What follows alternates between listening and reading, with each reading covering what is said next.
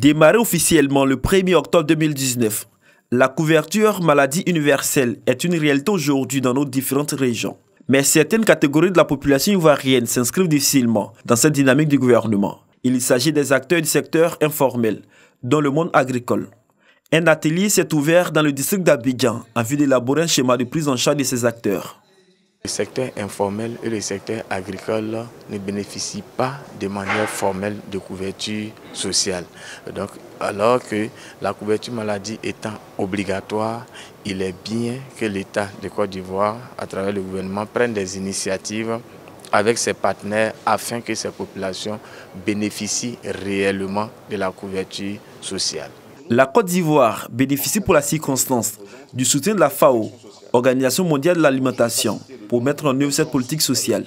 Donc, imaginez seulement un instant, à 60 ans, 70 ans, à la fin de son cursus, il n'a aucune protection. Et les études qui ont été faites ont démontré qu'un prélèvement sur l'outil de production, sur les bénéfices qui sont engendrés lors du circuit de production, réinjecté dans la protection sociale a un bénéfice énorme. Depuis 2014, la Côte d'Ivoire a adopté au niveau gouvernemental une stratégie de protection sociale. Ces travailleurs du monde agricole, ces travailleurs du monde formel ne peuvent véritablement entrer dans le dispositif de protection sociale qu'à travers leur propre organisation, à travers un cadre réglementaire, un cadre législatif adapté. Cette rencontre d'Abidjan, qui voit la participation de plusieurs fêtières agricoles, sera l'occasion de faire le diagnostic des initiatives de protection sociale dans le milieu agricole, en vue d'identifier un système adapté aux besoins des populations.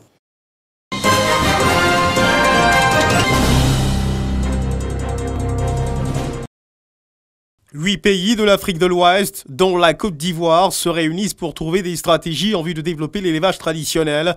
Les pays conjuguent leur expertise pour accroître l'investissement dans le pastoralisme et la transhumance.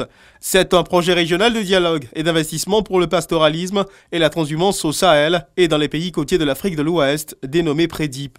La réunion d'Abidjan vise à évaluer l'avancement des recommandations du projet étendu sur 5 ans. Il s'agira donc d'évaluer un peu quelles sont les activités qui ont été menées durant le semestre au niveau de différentes composantes dans les différents pays, d'apprécier l'évolution et décliner s'il y a des difficultés, quelles sont les mesures d'orientation qu'on pourra donner, quelles sont les solutions qu'on pourrait bien préconiser par rapport à cette évolution des activités. Le projet PREDIP est financé à hauteur d'environ 17 milliards de francs CFA par l'Union européenne. L'Union européenne est engagée depuis de nombreuses années maintenant sur la question du développement de l'élevage et la promotion du pastoralisme. Et donc il était naturel qu'on en vienne à soutenir ce projet PREDIP qui est donc sur l'ensemble de la zone CEDEAO. L'initiative du PREDIP est soutenue par l'État ivoirien. L'agriculture et l'élevage sont des secteurs qui ont contribué au développement de nos États et continuent de jouer un grand rôle dans nos économies respectives.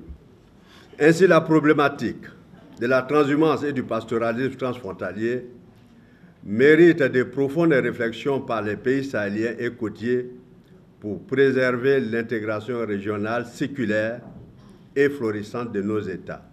Cette rencontre d'Abidjan, qui constitue la deuxième après celle de Cotonou, s'étend sur 3 jours. Plusieurs résultats sont attendus au terme de cette réunion.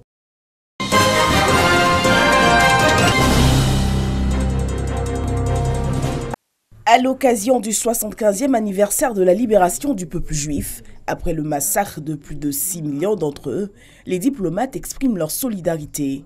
En collaboration avec le CNDH, Conseil national des droits de l'homme, ils initient des actions pour éviter à l'avenir les violations massives des droits de l'homme.